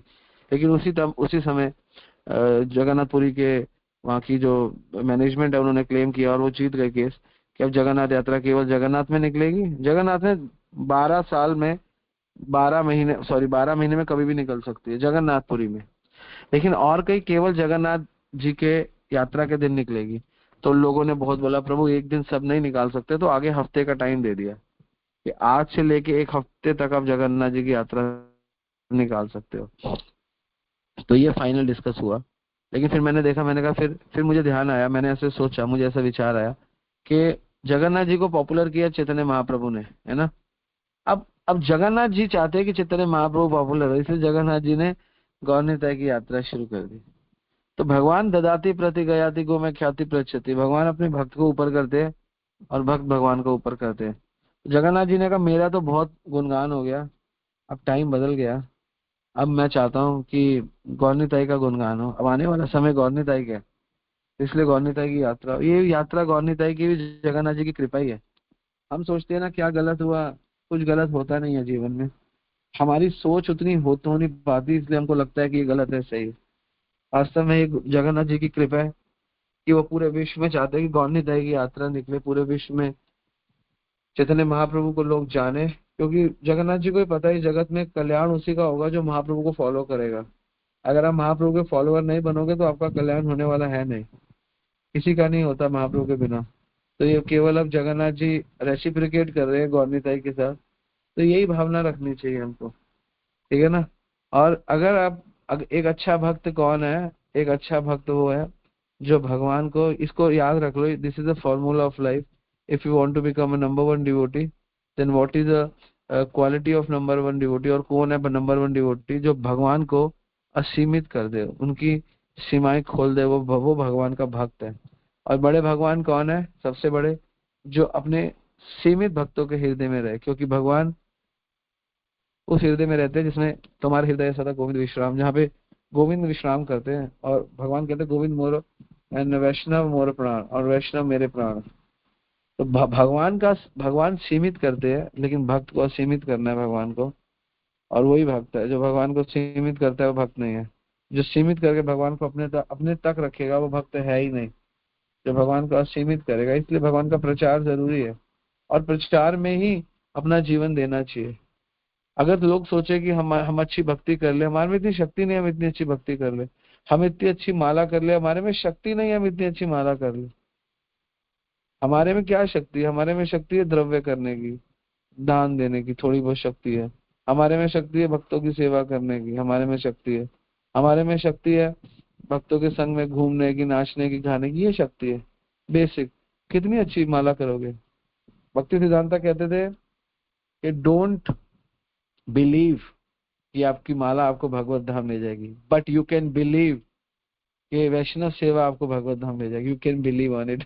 तो मैंने अभी अभी पढ़ा 5-6 दिन पहले भक्ति सिद्धांता का पूरा स्टेटमेंट, कितना सुंदर था। तो कहते हैं यू कैन बिलीव। और क्या लिखते हैं, और एक और चीज पढ़ी थी ना, क्या था, एनीवे, ठीक है। Hare Krishna.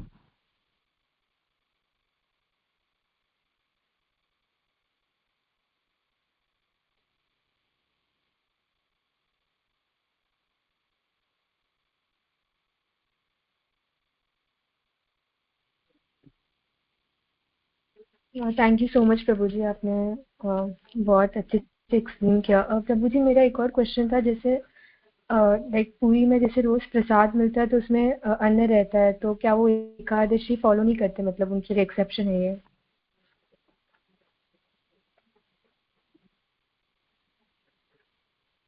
It doesn't mean वो एकादशी फॉलो नहीं करते हैं। हर चीज का एक नियम होता है, ठीक है ना। कई चीजें नियम में होती है, कई चीजें नियम के बाहर होती है।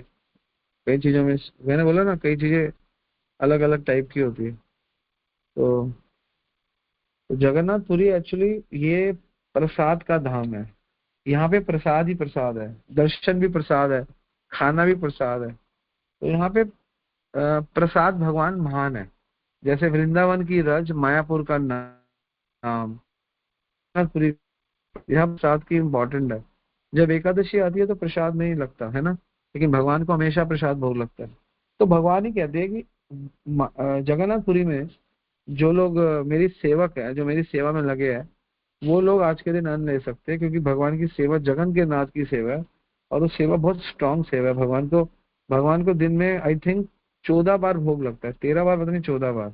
ये खाने वाले भगवान है। हर 3 घंटे में, 2 घंटे में भगवान को 8 बार तो लगता ही लगता है, 3 पैर के हिसाब से हर पैर।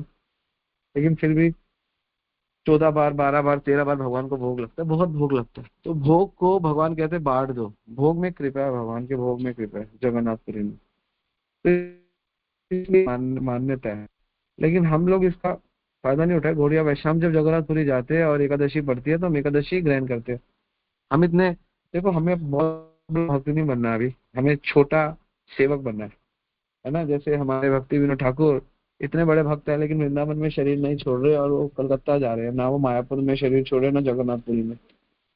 तो ये भावना, अपने आप को छोटा समझना चाहिए। मैं जगन्नाथ जी का भक्त हूँ, मैं आज प्रसाद नहीं पाऊंगा, वो भावना नहीं रखनी चाहिए। ठीक है। और जो वहाँ के पांडे है ना, जो वहाँ के पांडे हैं, वहाँ के निवासी है, वहाँ के मूल रूप से रहने वाले हैं, जिनकी एक नेचुरल जगन्नाथ जी के साथ इंटीमेसी है, उन लोगों के लिए छूट है, बस ये मान लो। और सेवक है ना, जगन्नाथ जी के दर्शन की छूट है, जगन्नाथपुरी में रहने वालों की छूट है, जगन्नाथपुरी के लिए कार्य करने वालों की छूट है, बस ये कलयुग में छूट है, स्पेशल डिस्काउंट है। आप डिस्काउंट लेने जाओ तो आपको पर्टिकुलरली कुछ कुछ टाइम पे डिस्काउंट मिलता है, वो कुछ लोगों के लिए होता है। तो वैसे डिस्काउंट लेने के मेरे लिए नहीं। ठीक है।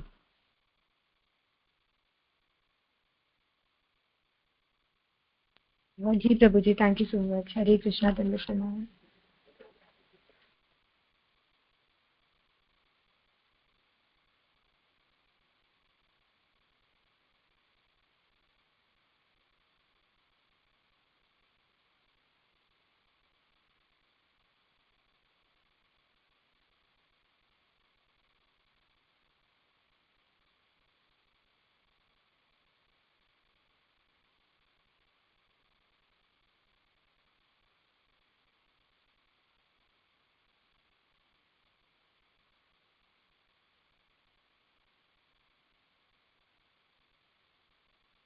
हरे कृष्णा भैया, दोनों प्रणाम। Wonderful class, thank you.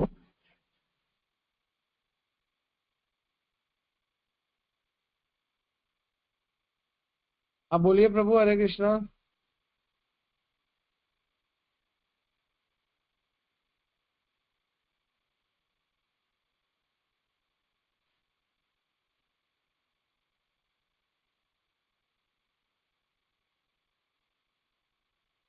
हरे कृष्णा प्रभु जी, धर्म प्रणाम। प्रभु जी, चैट में क्वेश्चन है सिमरन माता जी का कि प्रभु जी, भगवत गीता मेंस्ट्रुएशन के टाइम पे पढ़ सकते हैं क्या?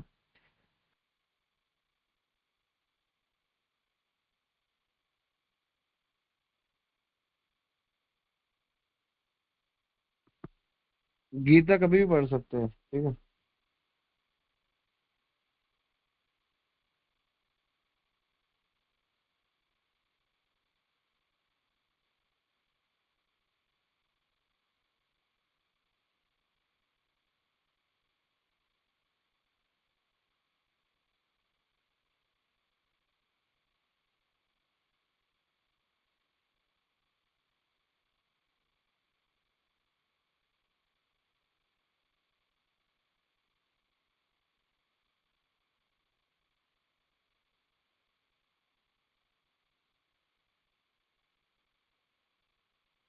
एक क्वेश्चन है कि आज फास्टिंग करनी है। अरे जगन्नाथ जी तो एकादशी में फास्टिंग नहीं करने को बोलते हैं। आप आज ज्यादा खाना है, ठीक है, आज फास्टिंग नहीं रखनी। सुबह 6 बजे से खाना शुरू करो, रात के 12 बजे तक खाते रहो, खाते रहो, खाते रहो, खाते रहो, खाते रहो। ठीक है, आज खाने का दिन है। Today is a happy day, eating day, ठीक है।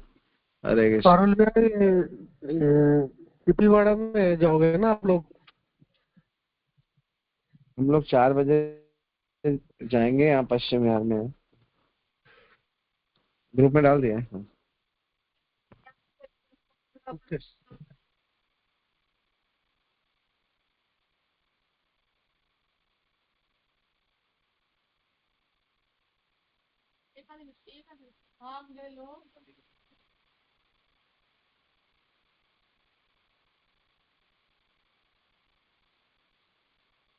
हाँ, हरे कृष्णा प्रभु जी, धर्म प्रणाम। आई थिंक तो ये भी और कोई क्वेश्चन नहीं है, तो आप कहें तो हम विराम दे सकते हैं सेशन को।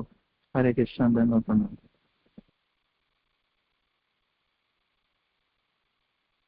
ओके प्रभु, ठीक है। वांछा कल्पतरुभ्यश्च कृपा सिंधुभ्यः च पतितनां पावनेभ्यो वैष्णवेभ्यो नमः। वैष्णव ठाकुर की जय, जगन्नाथ धाम की, जगन्नाथ बलदेव सुभद्रा महारानी की जय। हरि बोल। गुरु महाराज की जय। हरि बोल।